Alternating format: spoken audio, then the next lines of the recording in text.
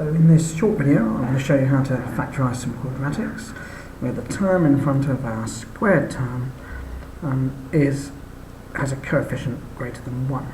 So it doesn't matter if the letters are n or r, or in the third example k, we all treat them like they were x. But the main problem we have is dealing with the fact that the number here isn't 1, and this makes it slightly harder.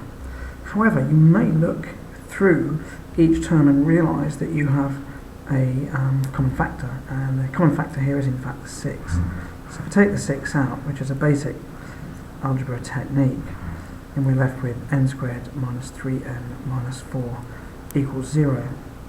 And that can reduce very quickly then to 6 squared minus 3n minus 4 equals 0. It will have to be 0 if when it's multiplied by 6 it gives us 0. So this is a fairly straightforward quadratic. We need factors of 4 to multiply with a difference of 3. That will only come from 4 and 1. And we need the negative in the middle, so we'll need the minus on the larger of the two numbers, and then the positive on the smaller. So we're nearly solving this. And you'll know from previous work, this leads you to n equals 4 and n equals minus 1. So it's a nice one to get started with. Simply divide through by a common factor and you reduce your coefficient to 1. In this case, we can do a little bit of work at the start, bring it all over in that way. But you'll notice now that there isn't a number that goes into 3, 16 and 12. So we're going to have to figure this out. Now the numbers at the start will have to be 3r and r. There's no other way you can make 3r squared. But we now have to arrange the factors. So I like to do it like this. I write my 3 and 1 here, and then that will give me the 3r squared. Now to get the difference in the middle and the 12 at the end, well, the 12 at the end I can get from 1 and 12, 2 and 6, or 3 and 4. And I have to combine this with 3 and 1 in such a way that I end up with a difference of minus 16. So I can see that if I do, and you can try each one, but I can see that if I do 3 sixes, I get 80, and 1 times 2 is 2, and the difference between 18 and 2 is that 16. So my 3 needs to multiply as 6. So once I've set that, then the other one therefore must be 1 times 2. So my 2 goes there, the 2 times the 1 there.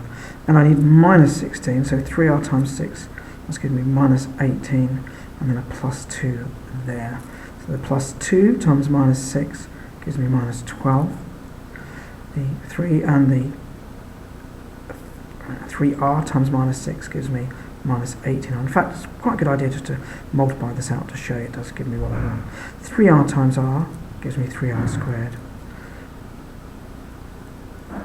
2 times r is plus 2r. 3r times minus 6 is minus 18r. And 2 times minus 6 is minus 12. So you'll see now that this expanded does give me the answer I need.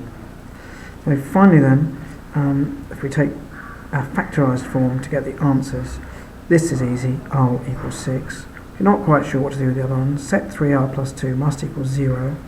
If this is 0, then 0 times whatever this is will be 0. And solve this simple linear equation. So 3r will equal minus 2, and r will equal minus 2 divided by 3. So on to another example. This one is actually easier. I will just check that yes, it will be easier, because what we'll have here is we'll simply take away 3 from each side, leaving us 7k squared minus 6k equals 0. But then we can take the k out here, have 7k there minus 6 equals 0. So therefore k must equal 0, or 7k minus 6 must equal 0. So 7k will equal 6, and that will lead us to k equals 6 over 7. So there's 3 types of quadratic equations that I factorised when the first coefficient on our squared term was larger than 1.